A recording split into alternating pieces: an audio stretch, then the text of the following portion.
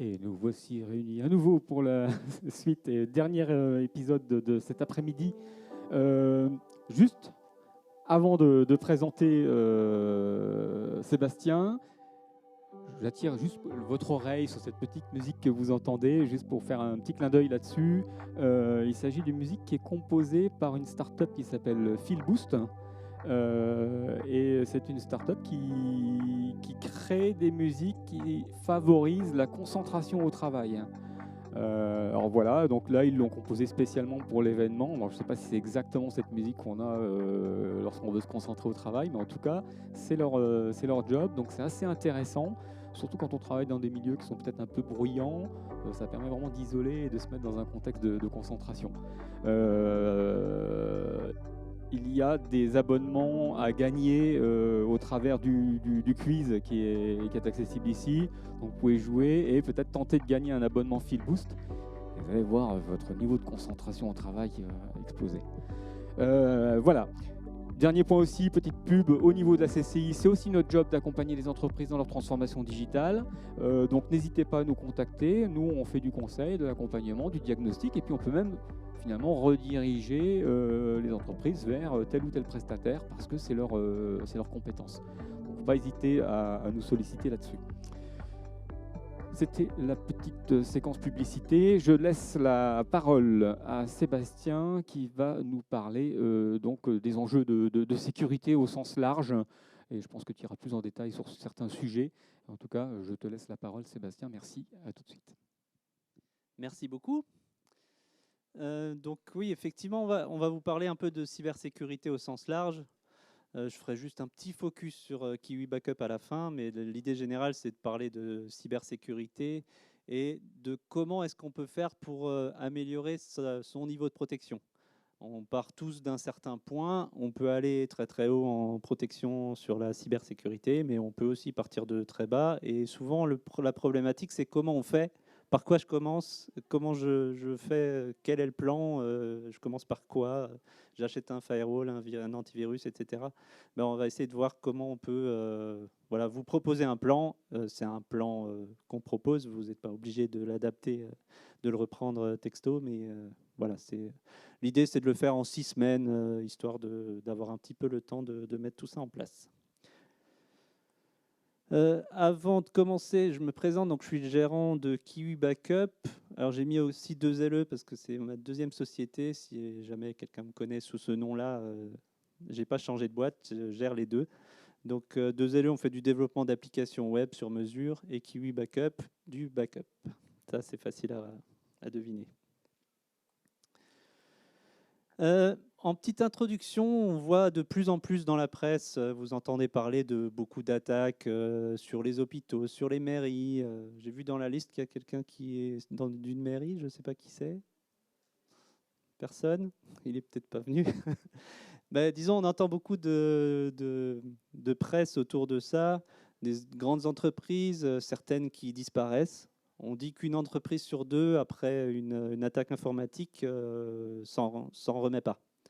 Alors, ce n'est pas immédiat. En général, il faut à peu près 6 mois, 1 an avant de couler. Mais en tout cas, c'est très, très impactant. Donc, la cybersécurité, il ne faut pas trop rigoler avec ça. C'est des choses importantes. Et de plus en plus, on verra quelques chiffres sur l'augmentation des cyberattaques. Donc, 86% des entreprises en 2022, on évalue un coût pour les entreprises de 10 000 milliards de dollars, donc c'est pas neutre. Aujourd'hui, il faut savoir que la cybercriminalité rapporte plus que le trafic de drogue au niveau mondial. Donc c'est des chiffres qui sont quand même assez impressionnants. Et là, on parle d'entreprises, mais on parle aussi d'hôpitaux, on parle de services publics, on parle de gouvernement, avec également un petit aspect cyberguerre qui n'est pas non plus à négliger. On l'a vu avec l'Ukraine et puis la Russie. Voilà, donc l'actualité aujourd'hui montre qu'il ne faut pas faire n'importe quoi, il faut vraiment faire attention à ce qu'on fait. Donc ça veut dire aussi consacrer des moyens à la sécurisation de vos entreprises, de vos services, de votre système d'information au sens large. Donc on y reviendra un petit peu plus tard. Mais voilà, il ne faut pas croire que parce que vous êtes petit, vous intéressez personne. Ça, c'est pas vrai. Aujourd'hui, les attaques les plus fréquentes, c'est des attaques massives. En gros, ils prennent tous les IP et celui qui se fait attaquer, bah, tant pis pour lui, c'est lui qui a perdu. Donc, il faut voir ça plutôt comme pas un ciblage, mais c'est le plus faible qui va se faire attaquer et sur lequel on va le rançonner. Le montant des rançons est proportionnel à votre taille. Quand on attaque un hôpital style l'hôpital de Versailles, on va demander 10 millions de rançons. Quand on attaque un petit boulanger, ben on va lui demander 2000 euros. Voilà. Donc les tailles sont adaptées, il y a tout un écosystème derrière ce genre de choses. C'est pas trop le sujet aujourd'hui de m'appesantir là-dessus, mais voilà, il faut savoir que c'est une industrie aujourd'hui, la cybercriminalité. Donc l'idée, c'est de voir comment est-ce qu'on peut faire des choses, parce qu'on peut faire tout un tas d'actions pour se protéger, pour être mieux protégé. L'idée, c'est pas forcément d'être la NSA ou d'être le truc 1 à câble, ça n'existe pas. Si quelqu'un vous dit avec cet outil-là, vous êtes protégé à 100%, c'est un menteur. Donc la sécurité à 100%, qu'elle soit physique ou informatique, ça n'existe pas. Donc ce qu'on peut faire, c'est mettre plus en plus de moyens pour arriver à un niveau de protection qui augmente. Donc mettez rien, vous êtes sûr de vous faire attaquer. Si vous mettez un petit peu de moyens, c'est toujours mieux que de pas de moyens du tout. Et après, en fonction de la valeur des données que vous avez à protéger, ben, on monte un petit peu le niveau. Donc en 6 semaines, qu'est-ce qu'on peut faire pour mettre un plan d'action qui peut être efficace, qui ne demande pas des moyens énormes, mais qui demande tout de même de s'en occuper? Donc en semaine 1, ce qu'on oublie souvent en fait de dire, c'est que avant de vouloir sécuriser quelque chose, il faut savoir ce qu'on veut sécuriser. Donc le diagnostic est important, et donc pour ça, il faut quelqu'un qui s'en occupe. C'est-à-dire qu'on ne va pas dire il faut un chef de projet qui ait des connaissances informatiques, juridiques, qui ait de la rigueur, de l'anticipation, qui peut se former au fur et à mesure. Ce n'est pas forcément un spécialiste de l'informatique. Ça peut être un commercial, ça peut être quelqu'un qui s'intéresse un peu au sujet, ça peut être tout type de profil, à partir du moment où on a un peu de temps et on peut s'occuper de ce sujet-là. Ensuite, souvent, il y a besoin quand même d'un profil informatique technique, mais encore une fois, l'essentiel, c'est quand même la gestion du projet de sécurisation et pas forcément la technique à proprement parler. La technique, elle vient après, et souvent, on a tendance à le faire à l'envers. C'est-à-dire que moi, je veux me protéger, je vais acheter un antivirus chez Kaspersky, et puis c'est bon, je suis tranquille. Ça n'existe pas. Déjà, pour tout un tas de raisons qu'on verra un peu plus tard. Ça peut également s'externaliser, les prestations informatiques. Voilà, vous pouvez avoir un prestataire, mais ça ne vous dédouane pas de faire tout le travail d'analyse préalable. Ce n'est pas parce que vous avez quelqu'un qui s'occupe de votre informatique que vous ne devez pas être conscient des risques et de ce que vous voulez protéger. Après, ça peut aider, évidemment. Les prestataires informatiques font généralement bien leur boulot et vont faire toute la partie purement technique, mais c'est quand même à vous de leur dire qu'est-ce que vous voulez protéger, contre quel risque, etc. Ou au moins, doivent vous accompagner sur ces sujets-là. Après, en termes d'outils, voilà, en matière de cybersécurité, on a souvent tendance à mettre les outils avant les processus, et c'est une erreur. Donc, on peut utiliser n'importe quel outil, quelque chose qui vous permet de lister des tâches, de savoir si c'est fait, pas fait. Donc, on en a listé quelques-uns. Il y a Trello, qui est un outil de gestion de projet collaboratif gratuit. GitLab, avec des tickets. Nous, on a construit tout un SMSI ISO 27001 avec GitLab. Ça marche très, très bien. Il n'y a pas de souci. Google Doc, Excel. Enfin, voilà, vous utilisez les outils que vous voulez. Ce n'est pas vraiment le sujet. Je vais juste rajouter qu'un outil qui n'est pas sur le slide, c'est un outil développé par Soluris qui s'appelle Madis Cyber, qui est un outil en fait qui est open source, libre et donc gratuit, qui a été fait par l'ANSSI en collaboration avec Soluris et qui est un outil de diagnostic et d'aide à la mise en place d'un plan de cybersécurité. Et donc, il y a tout un tas d'étapes de préconisations sur la gestion des mots de passe, sur la protection des serveurs, etc., etc. Et donc, il y a un ensemble de points. Vous pouvez vous évaluer sur votre degré de maturité sur tel ou tel point. Et c'est un outil qui est assez intéressant. Je ne l'ai pas mis là parce que j'ai pas trop eu le temps de le rajouter, mais c'est un outil que je viens d'auditer dans le cadre d'un audit de code, mais donc j'en ai discuté hier avec lui, il m'a dit voilà, on peut en parler, il n'y a pas de souci, c'est un outil libre qui est plutôt pour les collectivités publiques, mais pas que. Franchement, les préconisations qui sont dedans sont assez intéressantes. Donc voilà, en termes d'outils, on met en place un outil de gestion du plan d'action, de gestion de tâches, ça c'est assez classique. Ensuite, le deuxième point, c'est de faire une cartographie de votre système d'information. On se rend compte, nous, enfin, quand on fait du backup, on appelle les gens ou ils nous appellent, je voudrais une solution de sauvegarde, on leur dit, oui, mais qu'est-ce que vous voulez sauvegarder? Ah bah là, je ne sais pas. Bah, notre serveur, oui d'accord, mais il y a quoi sur le serveur? Il y a de la compta, il y a un ERP, il y a vos photos de vacances, il y a peut-être une bibliothèque de MP3 pour la musique ou de DivX, etc. C'est important de cartographier le système d'information au sens large. Parfois, vous avez des choses qui sont dans le cloud, vous avez des choses qui sont chez des prestataires. Nous, par exemple, notre paye, elle est chez notre comptable. Donc ça fait partie de notre périmètre, mais on n'a pas forcément immédiatement le réflexe de l'intégrer dans notre plan de secours. Donc la cartographie, ça prend pas trop longtemps, mais ça vaut le coup quand même de s'y pencher et de se dire, voilà, c'est quoi mon système d'information? Quelles sont les données que je dois gérer? Quelles sont mes données sensibles? Il y a des données plus ou moins sensibles. Il y a des choses, si vous les perdez, c'est moins grave que d'autres. Donc savoir quelles sont les données critiques, quel est le temps que vous pouvez consacrer à la reconstruction de ces données si vous les perdez, combien de temps vous acceptez de revenir en arrière, par exemple sur une compta, si on perd 2 jours de facture selon les cas, c'est pas très grave, on peut les ressaisir, etc., etc. Donc quels sont les logiciels qui sont utilisés, quel type de données, etc., etc. Donc avec ça, on peut établir en fait un registre. On peut utiliser aussi le registre de traitement qui est pour le RGPD. Merci Céline. Donc qui normalement contient aussi l'ensemble des traitements que vous réalisez en termes d'informatique dans votre entreprise. Donc souvent, c'est un peu lié les deux. Donc votre périmètre, quelles données je gère. Souvent, c'est des données personnelles, mais pas forcément uniquement. Et les données personnelles doivent se retrouver dans votre document de registre de traitement. Et ça vous permet d'avoir au moins un panorama clair de quelles sont mes données, qu'est-ce que je peux en faire, quelles sont leurs sensibilités, etc., etc.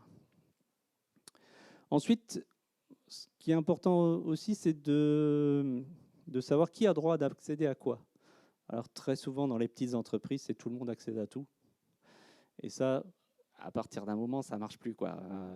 Il y a des données qui sont plus sensibles que d'autres, il y a des données qui sont confidentielles, les données de paye, etc. Donc quand on se structure un peu, il y a des choses qui ne sont pas forcément accessibles à tout le monde.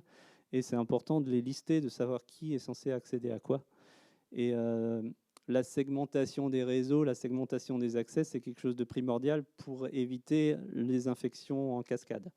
Si si une secrétaire se fait infecter sa machine, mais qu'elle a accès à tout, bah, c'est l'ensemble du système d'information qui tombe. Si elle n'a accès qu'à un certain dossier avec les courriers du jour, bah, déjà c'est moins risqué. Donc la segmentation des accès, c'est important, et après on peut les transformer en règles d'accès physique. Ensuite, une fois qu'on a identifié ce qu'on veut protéger, ben, après on doit identifier contre quoi on veut le protéger. Parce que des risques, il y en a plein. Quels sont des problèmes de sécurité? Il y a des menaces physiques. On peut avoir des immeubles qui brûlent, on peut se faire voler des choses. Quand on a un portable, on peut se le faire voler dans le train, on peut le perdre, on pense toujours au cyber-hacker qui vient par le réseau, mais il n'y a pas que ça comme risque, il y en a beaucoup d'autres. Celui qu'on oublie fréquemment, c'est le risque de fausse manipulation. Aujourd'hui, sur Kiwi Backup, c'est notre principale source de restauration. C'est des gens qui ont fait une fausse manip. Ah, j'ai effacé par erreur mon fichier avec toutes mes offres dedans. Oui, c'est bien, bah, on peut le restaurer. Donc ça, c'est toujours bien. Mais c'est presque 50% des problèmes de sécurité, c'est par une fausse manip. Ça peut être intentionnel ou non intentionnel. La plupart du temps, ce n'est pas intentionnel, mais on peut aussi avoir des gens qui travaillent dans une entreprise qui se font virer, entre guillemets, et qui, avant de partir, effacent l'ensemble des données. C'est arrivé chez un de nos clients. Son son prestataire principal à effacer tous les contrats de backup avant de partir. Donc nous, on lui a restauré, mais voilà, c'est un des problèmes de quand on ne segmente pas les accès, les habilitations, on peut avoir ce genre de cas. Et ce n'est pas à négliger, le risque cyber existe, mais il y a tous les autres risques qui sont importants aussi. Les incendies, les problèmes d'accès, le confinement, voilà, on n'a plus accès à son bureau. Si on a toutes ces données à un endroit et qu'on veut travailler à un autre, ça peut être problématique. Des serveurs qui tombent en panne, des pannes OVH, des pannes Google, des pannes... Enfin, tous les grands acteurs y sont passés sur les 3 derniers mois. Donc, ils ont tous eu une panne d'au moins quelques heures. Donc, voilà, ça, c'est aussi des risques. Ce n'est pas de la perte de données, mais c'est de la non-accessibilité de données. C'est des risques aussi. Après, on a d'autres risques sur les logiciels, les failles de sécurité, etc. etc. Voilà, je ne vais pas tout détailler ici. Ensuite, donner un budget. Qu'est-ce que vous êtes prêt à mettre comme argent pour protéger vos données? Que valent vos données? Est-ce que vos données de vente valent des millions? Peut-être que dépenser 10, 20 000, 30 000 euros pour les protéger, c'est pas idiot. Si elles valent rien, vous n'allez pas vouloir mettre d'argent pour les protéger. Donc il faut mettre en balance le risque et la valeur de vos données avec le budget cybersécurité. Il n'y a pas de règle, on peut partir de très peu. Un antivirus, ça ne vaut pas très cher. Et on peut mettre une protection qui vaut quelques millions sur un hôpital ou des choses comme ça. Donc, il faut évidemment l'adapter aux moyens de l'entreprise. On n'est pas en train de dire qu'il faut absolument un gros budget pour la cybersécurité. Voilà, donc ça, si on fait déjà ça sur la semaine 1, on a déjà bien avancé, on y voit un peu plus clair et on sait quels sont les enjeux de votre système d'information. Ensuite, une fois qu'on a établi les enjeux, on a détecté un certain nombre de choses qui éventuellement ne vont pas. Et puis, on peut réfléchir aux mesures de prévention des risques. On a identifié des risques sur nos données. Qu'est-ce que je peux faire pour m'en prémunir? Donc, on a déjà cité quelques exemples. Pas donner les accès à tout le monde à toutes les données. On peut mettre un antivirus, ça protège contre un certain nombre d'attaques. On peut recopier les informations, mettre un backup. Voilà, je ne vais pas en faire des tonnes sur le backup, mais c'est une des protections essentielles. On peut expliquer aux gens qu'on ne doit pas ouvrir n'importe quel mail. Les attaques phishing, c'est une des premières attaques, types d'attaques qui permettent de rentrer dans un système d'information. Donc voilà, des mesures de prévention, on peut en faire plein. Mettre un extincteur dans un... Il est où l'extincteur? Voilà, si ça brûle, si vous avez un extincteur sous la main, ça évite de tout cramer, c'est quand même mieux. Ensuite, ces mesures de protection, vous n'allez pas forcément pouvoir les mettre tous en œuvre en même temps. Donc, identifier les risques les plus importants, les mesures les plus faciles à mettre en œuvre pour combler les risques les plus importants, c'est ceux à faire en premier. Les mesures qui apportent très très peu en protection, vous les gardez pour plus tard. Ou vous ne les faites pas, vous acceptez le risque. Ça peut être aussi un cas. Et donc ensuite, voilà, on peut organiser le plan d'action en différents thèmes. Donc là, on a les 4 thèmes principaux de tout ce qui est cybersécurité. Donc le premier qu'on oublie souvent, c'est les procédures. Quand on a une bonne procédure, quand on sait quoi faire, quand le faire et comment le faire, c'est beaucoup plus facile. Donc quand on a une attaque sur un système d'information et qu'on ne sait pas comment est-ce qu'on fait pour reconstruire un système à l'identique ailleurs, c'est compliqué. Si on l'a déjà fait, si on l'a répété plusieurs fois, c'est beaucoup plus facile. Donc avoir des procédures claires, de savoir qui a le droit de faire quoi, etc., c'est important. Ensuite, il y a la partie équipe. La formation des utilisateurs, c'est essentiel. Leur expliquer pourquoi il faut mettre des mots de passe. Pourquoi je ne dois pas mettre Choupinette 23 comme mot de passe. Pourquoi je dois faire attention aux pièces jointes. Expliquer à votre comptable que s'il reçoit un mail avec le nouveau RIB pour verser mon salaire, il doit se méfier. Voilà, tout ça, c'est des choses qui sont importantes. Et la formation, c'est un des 3 piliers essentiels de la cybersécurité. Ensuite, il y a des aspects techniques. Ça, généralement, on ne les oublie pas. Il y a des prestataires qui vont vous vendre des antivirus, des systèmes de backup, etc. Donc là-dessus, en général, on est assez bon. Un firewall, un antivirus, c'est le minimum. Et puis après, il y a des aspects matériels, des locaux. On peut avoir des locaux sécurisés. On peut mettre des systèmes d'accès par badge pour protéger certains endroits. Laisser les documents confidentiels dans une armoire sous clé, par exemple. C'est bête, mais ça peut être important. Ne pas, comme l'a fait France 5 il y a quelques années, afficher le code Wi-Fi à l'arrière d'un reportage diffusé à 5 millions de téléspectateurs. Voilà, c'était la source de l'attaque. Donc ça, c'est des choses matérielles d'organisation des locaux. Quand on a une salle de réunion, on la sécurise. On ne laisse pas traîner des choses importantes dans une salle de réunion.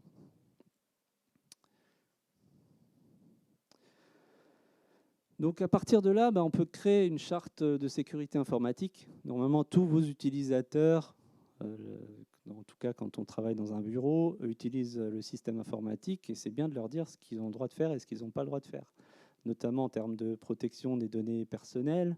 Est-ce que c'est autorisé de brancher mon téléphone personnel sur le Wi-Fi de l'entreprise ? Est-ce que quand je rentre à la maison, je peux m'envoyer mes dossiers confidentiels sur mon PC via mon mail ou par WeTransfer, etc. Donc il y a tout un tas de choses qui... C'est quand même mieux de le dire, ce qui est autorisé, ce qui n'est pas autorisé. Donc une charte informatique, elle sert à ça, c'est de dire, voilà, vous avez le droit de faire ça, mais vous n'avez pas le droit de faire ça. Et quand on explique aux gens ce qu'ils ont le droit de faire, il y a plus de chances qu'ils le respectent que quand on ne leur dit pas. Donc la charte informatique, c'est important. Après, parfois, ça peut être couplé avec le contrat de travail, ça dépend de l'organisation de l'entreprise. Maintenir à jour la liste des habilitations. Il y a des gens qui montent en grade, il y a des gens qui s'en vont. C'est bien de maintenir cette liste à jour. Avoir une procédure pour les entrées et les sorties de personnel. Quelqu'un qui part avec son badge d'accès à l'entreprise. Ah oui, merde, j'ai oublié de lui demander son badge. Quand on a une procédure claire, on a des cases à cocher. On dit, voilà, tu t'en vas, tu dois me rendre ton PC, ton badge, tu dois effacer ton disque dur, etc. Voilà tout ce qu'il y a à faire quand il y a un départ. Et quand il y a une procédure qui est écrite, c'est beaucoup plus facile pour les équipes de le faire correctement. Et on peut vérifier que c'est bien fait. Et donc ensuite, vérifier que tout ça, ça fonctionne bien. Alors on n'a pas besoin de faire des choses très compliquées. On peut, encore une fois, on peut faire assez light. Ensuite, sur l'aspect technique, pour moi, il y a, les 3 premiers sont essentiels. C'est sauvegarder vos données. Ça, c'est votre assurance vie. Si vous arrive quoi que ce soit, qu'il y a un des risques qui se matérialise, si vous n'avez pas de sauvegarde, vous pouvez avoir mis tout ce que vous voulez en place, vous êtes mort. Donc la sauvegarde, c'est le dernier recours. C'est-à-dire que quand vous allez faire de l'acrobranche, vous avez une longe de sécurité. Si vous tombez, ça vous rattrape.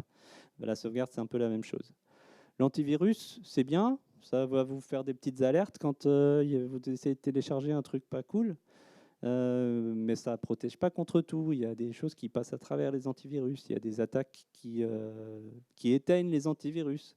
Donc ce n'est pas une garantie à 100%. Donc si c'est mieux d'en avoir un.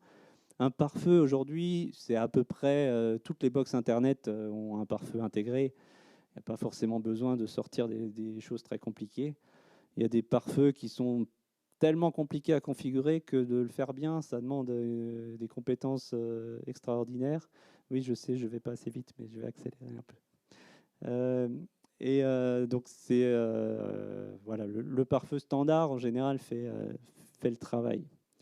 Et après, quand on a un firewall, pare-feu firewall, c'est la même chose. On n'ouvre pas à grand toutes les portes à tout le monde, évidemment. Ensuite, il y a d'autres choses qu'on peut faire qui sont plutôt niveau 2, c'est monitorer vos serveurs. Si un serveur tombe, c'est bien d'être au courant plutôt que d'attendre qu'un de vos clients vous prévienne. Donc ça, c'est des choses qui peuvent être assez intéressantes. Serveur mail, c'est des choses aussi qui sont intéressantes. Mais aujourd'hui, on en trouve très peu dans les entreprises. Ça devient assez rare de trouver un serveur mail. Aujourd'hui, tout le monde utilise des mails gérés dans le cloud. Ensuite, la partie ressources humaines, ça c'est essentiel, c'est la sensibilisation. Vous faites des procédures, il faut les expliquer aux gens, ils ne peuvent pas les deviner.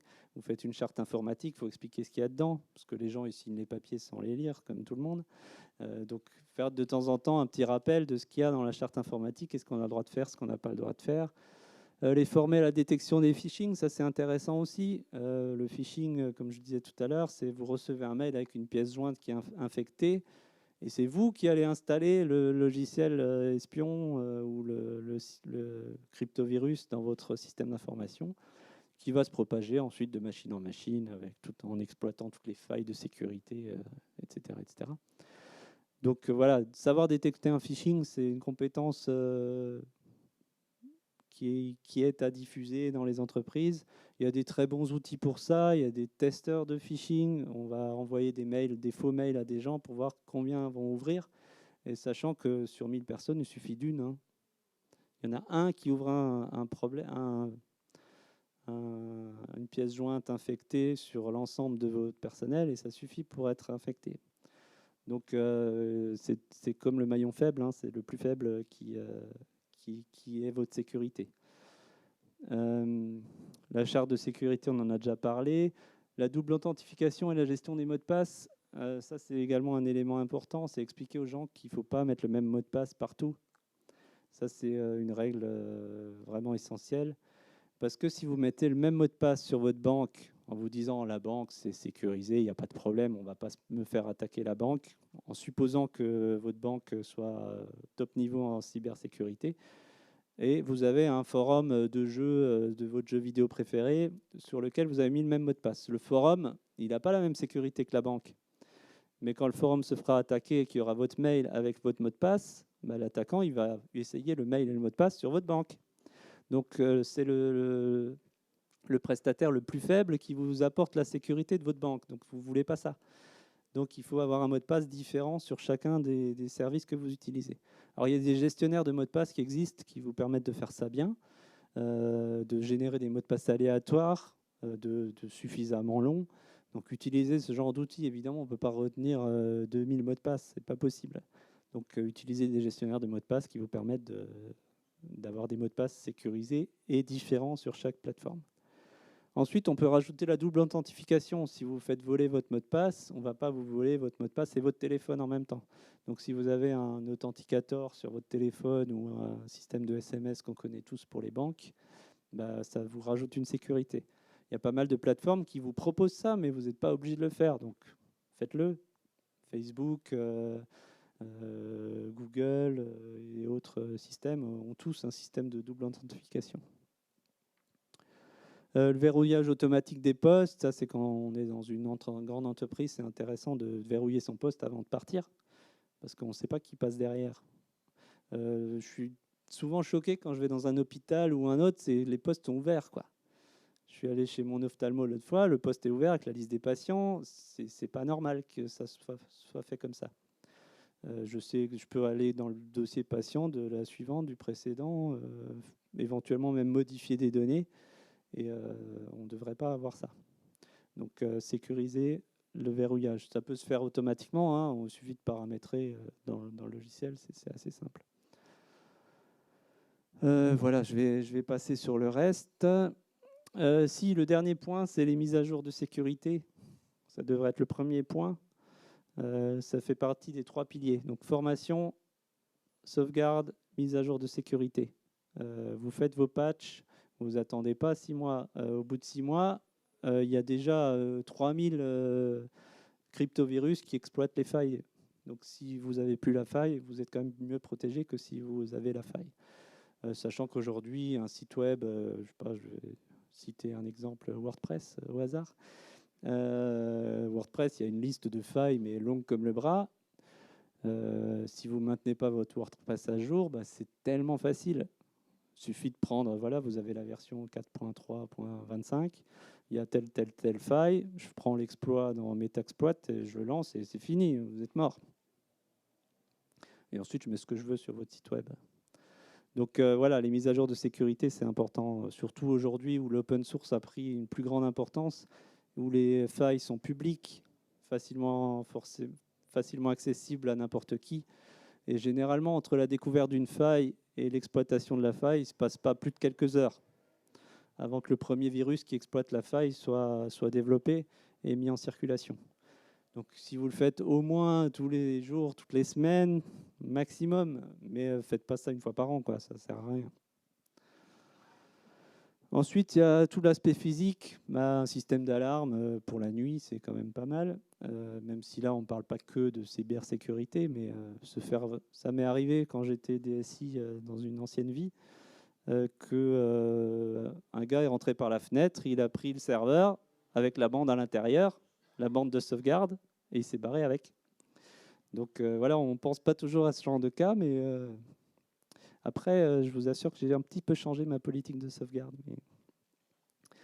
Voilà, les documents confidentiels sous clé, éventuellement destructeurs de papier, mais là, c'est pareil, on est dans des niveaux un peu plus élevés. Si vous avez des documents confidentiels que vous voulez jeter à la poubelle et que la poubelle elle est sur le trottoir, c'est moyen comme sécurité. Je suis qu'au niveau 3, mais donc je vais aller un petit peu plus vite.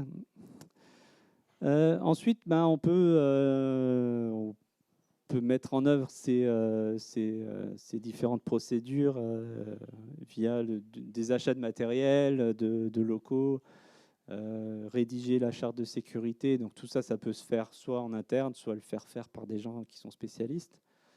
Créer la procédure, donc c'est un peu tout ce que j'ai déjà dit tout à l'heure, mais ça c'est la phase d'exécution.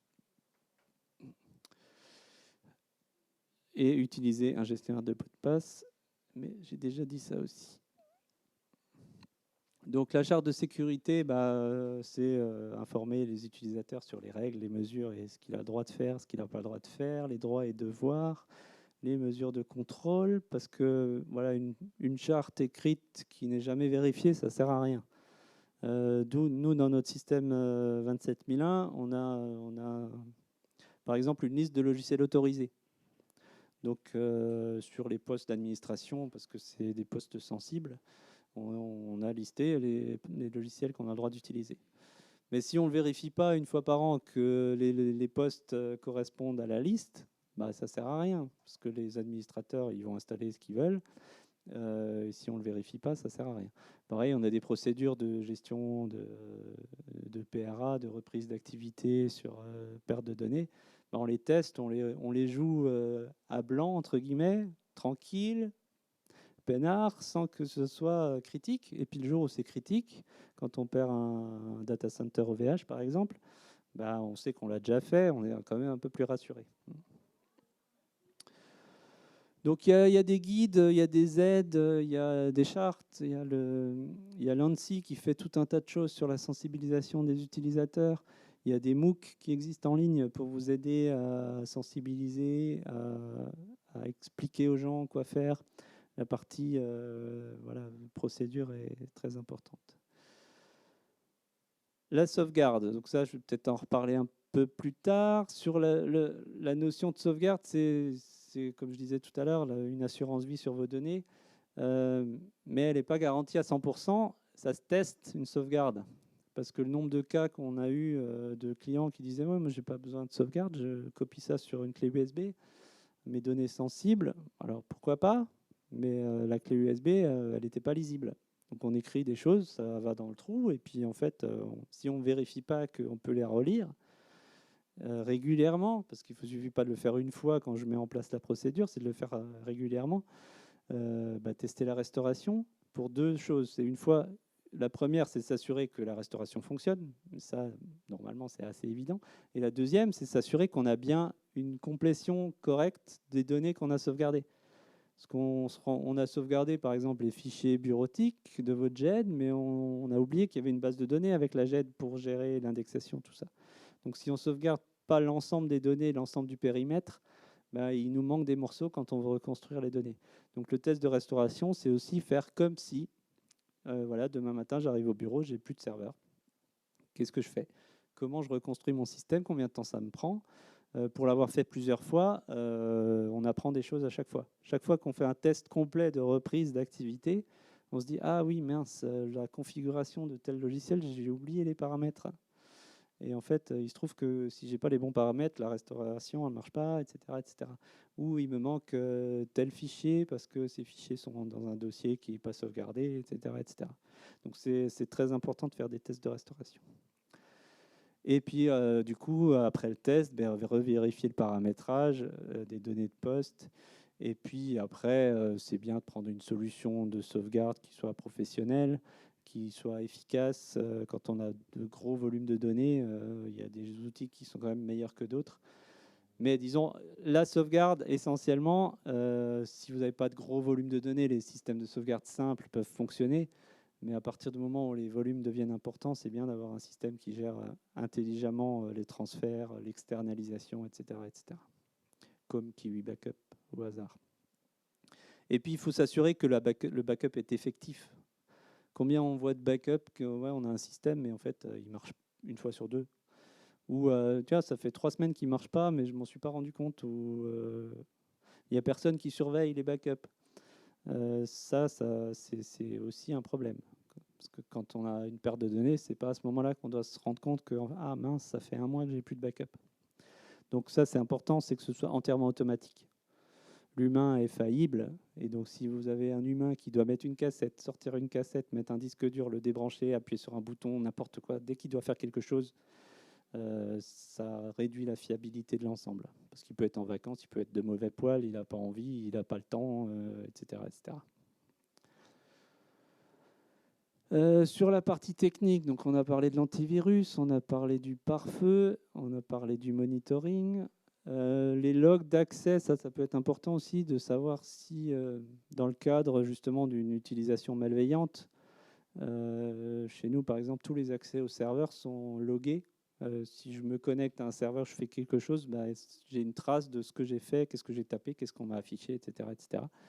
Et donc, rien que de le savoir, votre administrateur, il sait que s'il fait une connerie, on saura que c'est lui de toute façon. Donc ça, c'est des choses qui peuvent être aussi importantes à faire. Le serveur mail, je zappe parce que ça, c'est plus trop d'actualité.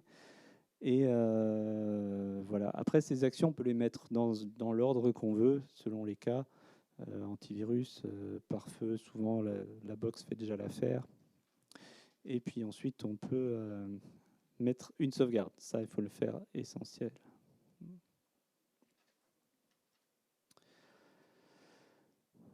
Bon, ça, on en a déjà parlé, c'est la partie sensibilisation, mais la faire régulièrement. Leur expliquer comment utiliser un gestionnaire de mot de passe, c'est pas forcément simple, donc c'est bien de leur montrer. Voilà, on fait une petite réunion, ça prend une demi-heure. On vous montre comment utiliser un gestionnaire de mot de passe. Ça leur servira dans l'entreprise, mais ça leur servira aussi à la maison. La cybersécurité, c'est pas limité au périmètre de votre système d'information. Donc former les gens, ça leur apporte aussi un bénéfice pour leur vie personnelle. Prendre l'habitude de verrouiller son poste, ça peut servir à la maison aussi d'ailleurs. Et puis vérifier les habilitations de chacun, lister les logiciels autorisés, on l'a déjà vu aussi. Qu'est-ce qu'on fait si mon logiciel que je veux mettre n'est pas dans la liste? C'est bien de le signaler, de savoir à qui s'adresser si je veux installer un autre logiciel, plutôt que de dire il n'est pas dans la liste, mais je en ai besoin, je le mets quand même. Les procédures d'entrée-sortie, on l'a déjà fait. Avoir une politique aussi sur les connexions Internet en dehors des bureaux.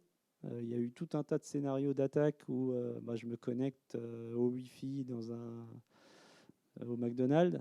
En fait, au McDo, vous n'êtes pas tout seul sur le Wi-Fi. On ne sait pas qui est l'autre gars à l'autre bout de la salle qui est en train de scanner votre réseau. Votre Wi-Fi n'est peut-être pas hyper sécurisé. En fait, il peut attaquer votre machine. Donc, chez nous, c'est interdit. Si vous voulez utiliser un système sûr, vous utilisez votre téléphone avec votre partage de connexion. C'est beaucoup mieux que d'utiliser du Wi-Fi public sur lequel on ne sait pas ce qui va traîner. Et pour peu qu'on utilise des protocoles qui ne soient pas chiffrés, c'est encore pire. Donc, faites pas ça. Et mettre à jour régulièrement les postes, ça, on l'a déjà dit aussi.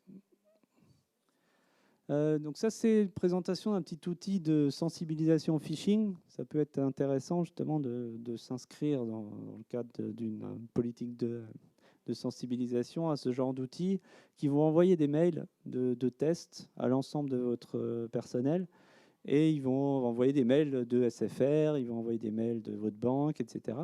Et ils regardent qui va cliquer sur les liens et qui va ouvrir les pièces jointes, etc. Et ça vous permet d'avoir un petit panorama, de voir, voilà, service compta, ils sont plutôt au top, mais le service maintenance, là-bas, ils ont ouvert, il y a 10% des gens qui ont cliqué sur les liens, et c'est pas génial. Donc ça veut dire qu'il faut faire une resensibilisation. Après, le but, c'est pas de trouver un coupable, hein, de savoir, voilà, on va taper sur quelqu'un, ça sert à rien, mais c'est surtout d'essayer de les éduquer, de leur apprendre pourquoi c'est un problème. Nous, on a fait un test d'attaque au président. Alors, on a fait ça manuellement, on n'avait pas un outil, mais on a forgé un mail qui aurait pu venir de n'importe qui. On l'a envoyé à notre comptable en lui demandant un document confidentiel, et puis ça a marché, quoi. Donc, du coup, on en a profité pour lui réexpliquer le problème, etc. Donc ça, c'était dans le cadre de notre politique de sensibilisation qu'on fait régulièrement. On a été un peu vache aussi. Enfin voilà, le document, c'était pas un truc hyper confidentiel non plus, mais je pense que si je lui avais demandé des accès à la banque, il ne me les aurait pas donnés. Mais voilà, on peut faire ce genre de choses pour éduquer un peu les collaborateurs. Ensuite, il y a tout un tas d'outils aussi de sensibilisation. Il y a des tests en ligne, il y a pas mal de choses gratuites aussi qui sont plutôt pas mal. Là, j'ai déjà beaucoup parlé, donc il y a les vidéos de Académie qui sont assez sympas, donc je vais vous la passer, ça dure 2 minutes, ça fera une petite pause. Non, mais j'ai le droit de dépasser, on dit tout à l'heure.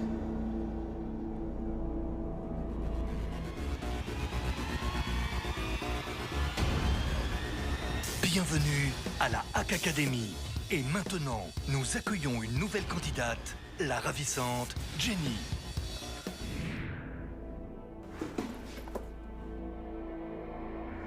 Bonjour. Qui es-tu? D'où viens-tu? Hey, vous êtes là? Hey, bonsoir. Moi, je suis Jenny. Je m'en vais du Québec, puis je suis bien contente d'être ici parmi vous. Je m'en vais vous exposer comment que je pratique ma technique de piratage qui repose sur la divination. La divination? C'est quoi, c'est un truc de médium? La divination, ça consiste à trouver les mots de passe grâce aux posts et aux commentaires des chums sur les réseaux sociaux. C'est pas un peu bancal, ce truc-là? Bancal, Monsieur le Président? Je m'en vais vous parier une demi-douzaine de pancakes, là, que je m'en vais pogner votre mot de passe de boîte mail en moins de 4 minutes. Bon courage, mademoiselle. OK. Alors, on va commencer par les mots de passe les plus utilisés comme Azurty, 1, 2, 3, 4, 5 et Superman. Ben non, là, c'est pas ça, là. Ben, je m'en doutais, là. Continuons. Ah, vous êtes né le 12 novembre 1967 à Grisky. Grisky, 67. Bon, on va aller sur les réseaux sociaux. Des photos. On va éplucher ça un petit peu. OK, sur la plage. En soirée, OK. Et là, on voit une vidéo. Oh, le joli petit toutou. Comment il s'appelle? Choupinette. Oh, c'est cute. Choupinette. Et je crois que vous me devez des pancakes. Voilà, maintenant que j'ai accès à votre boîte mail, je peux réinitialiser vos codes bancaires et vous piquer de l'argent en masse. On va en rester là, mademoiselle. Ce serait dommage de perdre l'usage de vos petits doigts si agiles. OK, c'est vous le boss. C'est cute, Choupinette. Il y en a toute une série de comme ça qui sont assez sympas. C'est un peu résumé, mais tout ce qu'il dit est vrai, hein. Des listes de mots de passe, il y a des millions des listes de mots de passe standards. Et on arrive à hacker 30% des comptes avec juste une liste de mots de passe standard. Donc voilà, encore une fois, utiliser des gestionnaires de mots de passe générés aléatoirement, c'est beaucoup mieux. Et après, il y en a tout un tas d'autres sur d'autres sujets. Je ne sais pas si ça va aller au suivant. Ouais, si c'est bon.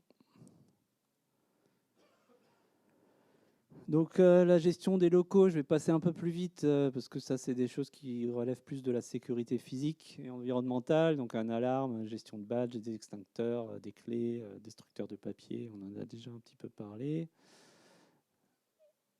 Et puis en dernier, c'est surtout vérifier que tout ça, ça fonctionne bien régulièrement. Donc, par exemple, faire une revue des machines, on vérifie que chaque machine, il y a bien un bon paramétrage, que l'antivirus est toujours là et qu'il n'a pas été désactivé parce que ça emmerde l'utilisateur, entre guillemets, qu'il n'y a pas de logiciel non prévu, etc. Que ça respecte bien les protocoles, qu'on a bien tous les systèmes installés qu'il faudrait avoir installés, mettre en place la double authentification, que le système de verrouillage est configuré correctement, qu'on a dit c'est 5 minutes, c'est pas 3 heures, donc que le paramétrage est bon, etc., etc. Et ça, si on ne le fait pas, au bout de 2 ans, en gros, votre parc il est plus du tout comme vous l'aviez prévu à l'origine. Faire les mises à jour, donc ça, c'est évidemment pas tous les 2 ans, ça doit être fait en permanence. Aujourd'hui, sur Windows, ça se fait quasiment tout seul. Normalement, si on fait un petit peu d'effort, et qu'on ne désactive pas systématiquement les mises à jour, ça se fait. Donc, mais par contre, il y a d'autres logiciels où il faut le faire manuellement, où c'est important de le faire aussi. Les gestionnaires de mots de passe, un antivirus, un pare-feu et une sauvegarde. Voilà, on peut aussi envoyer des quiz. Il y a tout un tas de ressources en ligne qui sont assez intéressantes. On peut, alors là, c'est le niveau au-dessus, mettre en place un comité de sécurité mensuel. Tous les mois, on se réunit, on dit, voilà, les points sécurité ce mois, telle mesure, ça a avancé, c'est fait, c'est pas fait, comment on met des moyens sur telle ou telle action, etc. etc. Et donc, ça permet de prioriser, d'animer la partie cybersécurité de l'entreprise au fil du temps. Parce que la sécurité, ce n'est pas un instant T, ça doit être pérenne sur la durée. Et c'est ça qui est le plus difficile, c'est pas de dire... voilà, je fais un projet cybersécurité au mois de janvier, et puis en fait, en décembre, tout le monde a oublié, quoi. Des revues annuelles, ça on a déjà dit aussi. Des actions de sensibilisation pour les équipes. Et puis voilà, donc la sécurité informatique, c'est essentiel pour la pérennité de l'entreprise, et c'est important de la faire régulièrement et de la faire vivre avec tous les aspects humains et pas que techniques. Voilà, donc il faut y consacrer un peu de temps, un peu de moyens, dans la mesure du raisonnable par rapport à vos enjeux.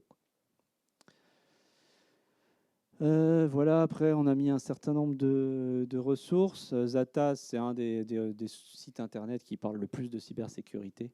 Il y en a d'autres. Il y a tous les éditeurs d'antivirus qui en parlent. Il y a l'ANSSI, donc il y a un organisme gouvernemental qui fait pas mal de choses aussi sur la sensibilisation des entreprises, qui donne des affiches à afficher, des MOOC à faire suivre, etc., etc., et qui font un super travail.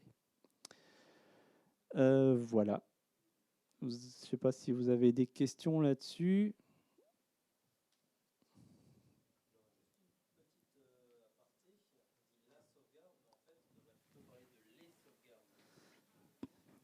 Oui, aujourd'hui, on parle plutôt de 3 sauvegardes différenciées.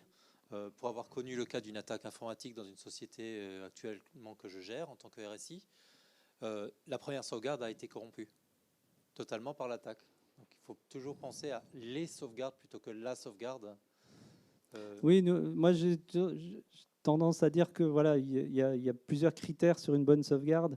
D'ailleurs, je crois que c'est notamment le deuxième critère, c'est la sauvegarde immuable.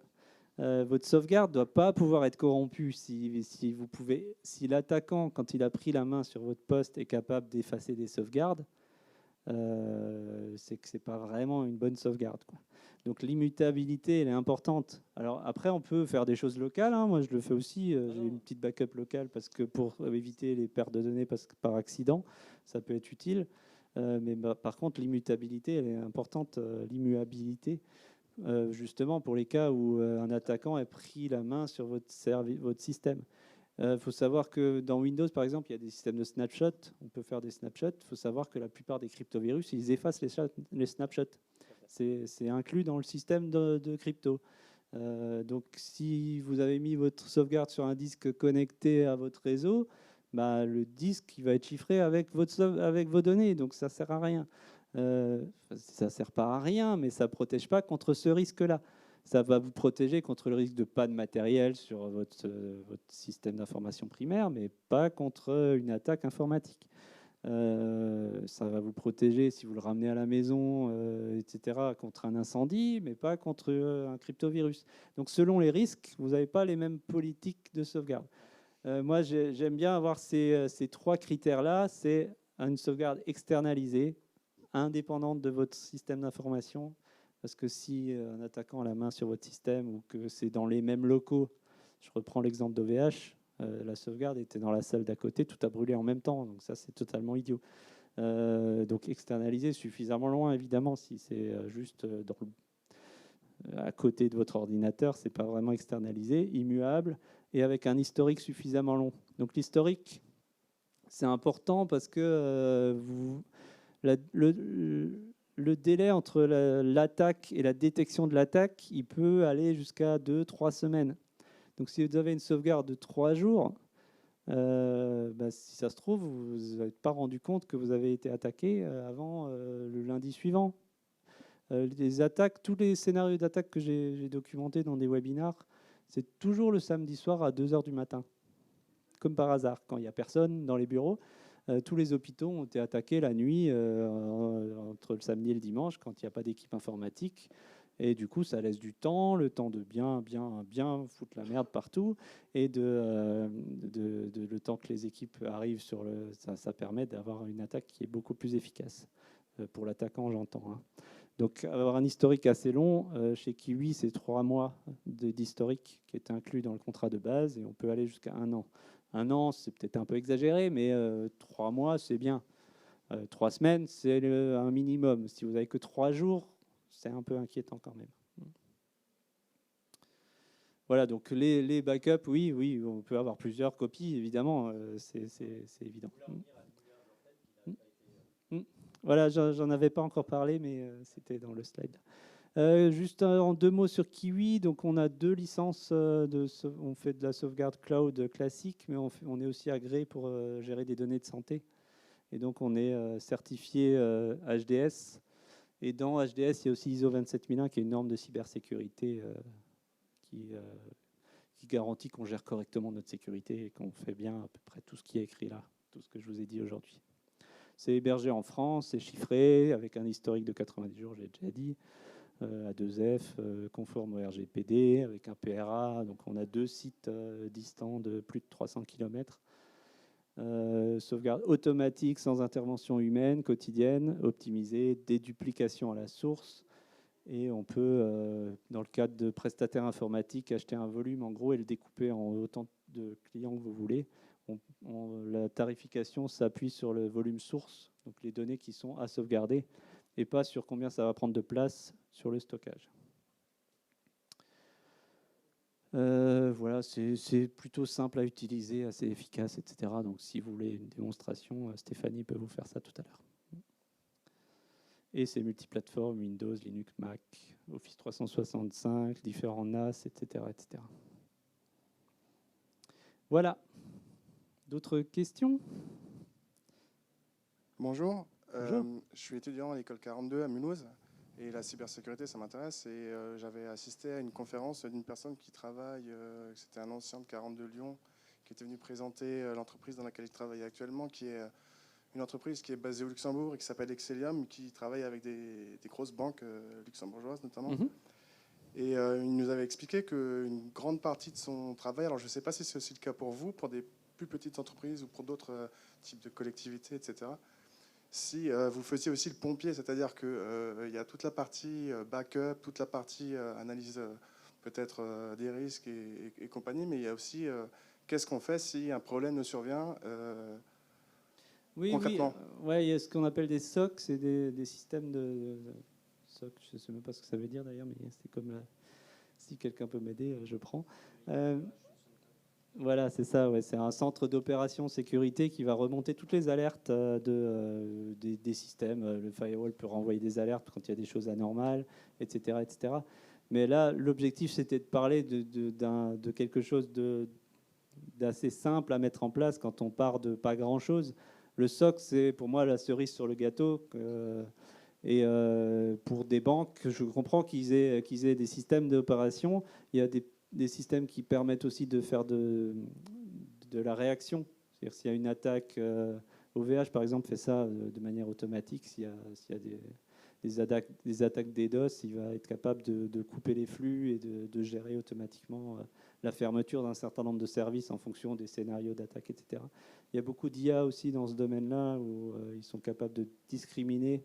Parce que la problématique des alertes qui remontent, c'est discriminer ce qui est un faux positif, un faux négatif, d'avoir bien tous les alertes, mais pas en avoir trop, parce que quand on se retrouve sous 10 000 lignes de log, personne d'humain ne peut gérer ça. Donc c'est assez complexe parfois. Oui. Donc oui, il y a des équipes qui sont spécialisées là-dedans et qui font de la réaction aux attaques qui sont incessantes. Hein. Nous, il suffit de regarder un fichier de log d'un serveur web et vous voyez qu'il y a des tentatives toutes les 30 secondes, quoi. Non, mais je voulais ajouter, oui, la prévention, c'est toujours mieux, mais après, est-ce qu'il y a une solution si jamais on n'a pas mené une... Alors, si on se fait vraiment pirater, déjà, une des choses, c'est de porter plainte. D'accord, ça, c'est toujours bien dans un... C'est citoyen, en tout cas, ça permet aux autorités de connaître le problème, d'essayer d'identifier. Vous ne faites pas trop d'illusions sur le fait que le lendemain, il y aura quelqu'un en prison. Mais en tout cas, ça permet de limiter un petit peu les choses. Si c'est un cryptovirus, ne payez pas la rançon. C'est juste alimenter la machine. Voilà. Alors, il y a des assurances qui payent pour vous. Ça, je ne vous dirai pas ce que j'en pense, mais je trouve ça... c'est immoral. Donc, il y a des assurances cyber aussi qui existent, qui permettent de vous couvrir pour justement, dans ces cas-là, participer à la reconstruction des données si vous avez mal fait votre sauvegarde. Même si vous avez une sauvegarde, ça prend de l'énergie, ça prend du temps. Si vous avez un système un petit peu complexe, ça peut prendre vite quelques semaines, voire quelques mois pour reconstruire un système complet. L'hôpital de Versailles, qui a été attaqué à la fin d'année dernière, ils ont mis 3 mois à retrouver un fonctionnement nominal. Donc ça, c'est beaucoup d'énergie, beaucoup de temps. Donc si vous avez une assurance qui paye pour toutes ces choses-là, c'est intéressant. Après, il y a des gens spécialisés aussi pour faire de la forensique, c'est-à-dire qu'ils vont analyser l'attaque, le scénario, qu'est-ce qui s'est passé exactement, qui a fait quoi, quel est le code, d'où ça peut venir. Voilà, ça c'est un autre sujet. Je n'aborde pas ça, c'est pas ma spécialité, mais ça existe et ça fait partie de la cybersécurité. Mais souvent, on parle de ça parce que c'est des choses un peu avancées, mais on oublie les choses simples. Voilà, avec des choses simples, on peut déjà faire pas mal de prévention. Et la prévention, ça coûte moins cher que une fois que c'est fait, c'est trop tard. Un système, une fois qu'il est attaqué, il faut le réinstaller, quoi. Je ne sais pas s'il y a d'autres questions. En tout cas, merci Sébastien. Je suis désolé pour le débordement. Non, mais c'était un deal entre nous. Je lui avais donné mon go, comme c'était le dernier. Je l'avais autorisé à déborder. D'ailleurs, ça m'inspire une remarque sur la gestion du temps. La semaine 2, j'ai l'impression que chez moi, elle mettra 6 mois. Hein. Il y a quand même beaucoup d'items à traiter. On n'est pas obligé de tout faire, mais voilà, l'idée c'est de faire des choses dans l'ordre et de ne pas oublier la semaine 1 surtout. C'est identifier ce qu'on veut protéger, ça c'est important. Ça marche. Merci beaucoup Sébastien. Si vous avez des questions du coup à propos de Kiwi Backup, après, je suis là, Stéphanie et pas. Sébastien sont à côté. Hein. Voilà, c'est ça. Merci. Alors c'est tout pour cet après-midi. Pour celles et ceux qui sont inscrits ce soir, donc soirée spéciale intelligence artificielle. Donc là, on tape aussi dans un autre niveau. On va avoir un conférencier, Stéphane Mallard, qui est assez réputé sur le domaine. Et ça se poursuivra par une table ronde également sur l'intelligence artificielle, pour finir par des petits fours. Donc ça, c'est le plus important. Merci. Et puis, celles et ceux qui veulent aussi se rendre dans le Bas-Rhin dès demain à Strasbourg, à l'UGC. Donc, on remet ça. Donc, ce sont des autres conférences. Hein, vous ne voyez pas la même chose. D'autres conférences tout aussi intéressantes au cinéma UGC, au Shadok. Et après-demain, ça se passera à Haguenau et à Bergheim. Toujours après d'autres intervenants. Il n'y a jamais 2 fois la même chose. Donc, il y a de quoi vraiment aborder un paquet de sujets. Merci beaucoup. Et puis peut-être à tout à l'heure pour ceux qui sont là, peut-être à demain pour ceux qui viendront aussi ou après-demain. Merci.